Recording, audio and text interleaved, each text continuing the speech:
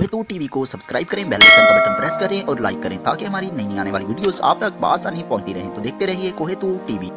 बिस्मिल्लाहिर्रहमानिर्रहीम। अस्सलाम वालेकुम नाज़रीन सामीन, हमारे माशरे के बहुत बड़े अदारे जिन्हें काली भेड़ों ने पमाल कर रखा है, इस पे खूबसूरत तबसरा और मवाजना कुछ इस तरह किया है कि पार्लियामेंट की इस वक्त की मुकम्मल तस्वीर आंखों के सामने खींची चली जाती है। मुहज़्ज़ब कोठेवाली और इन बकाऊ माल मुकद्दस गांव में कुछ फ़र्क नहीं रहता।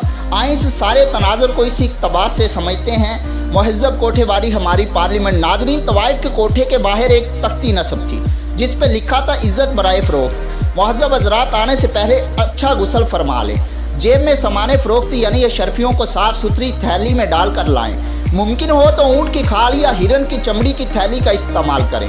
लहजे को नरम और जज्बात को गर्म रखें और ख्याल रखें कि चप्पल पे लगे कीचड़ को बाहर ही साफ करके आएँ, क्योंकि हमारा फर्श हमें रिज़्क देता है। इसकी बेहुरमती हमें किसी तौर काबिल कबूल नहीं। दलाल को एक पाई भी अदा ना करें, इससे मकबूल वजीफा मिलता है। अलबत्ता बाहर रखे चंदे के डब्बे में दिल खोल कर चंदा डालें। आपका दिया गया पैसा नौजवान तवाइफों की तरबियत पे खर्च होता है और रात के आखिरी पहर कोठे को खाली कर दिया जाए, क्योंकि बाद में फर्श को धोया जाता है ताकि इस फर्श पर ही शुक्राने के लिए और गाहकों की उम्र दराजी की दुआ की जाती है। ये तवाइफ का कोटा और हमारी पार्लियामेंट है। नाज़रीन, है कहीं पर फ़र्क? नाज़रीन, हमारे माशरे के वो बड़े अदारे जहाँ कौम की फलाह के अहम फैसले, इंसाफ की तवक्को और नई नस्ल की तरबियत के समा पैदा होने हैं, वहाँ जो कुछ हो रहा है आपके सामने है। ये लम्हा फिक्रिया और हमारा मुस्तकबिल अगर इन्हीं हाथों में रहा तो बकौल शायर, दिल के फपोले जल उठे सीने के दाग से, इस घर को आग लग गई घर के चराग से।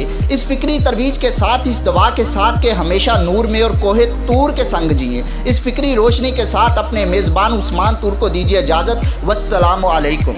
हम कोशिश करेंगे अपने चैनल कोहेतूर के जरिए आप तक इल्म की रोशनी और सेहत के समरात पहुंचाते रहे, इसलिए हमारे चैनल को लाइक, सब्सक्राइब और शेयर करना ना भूलें।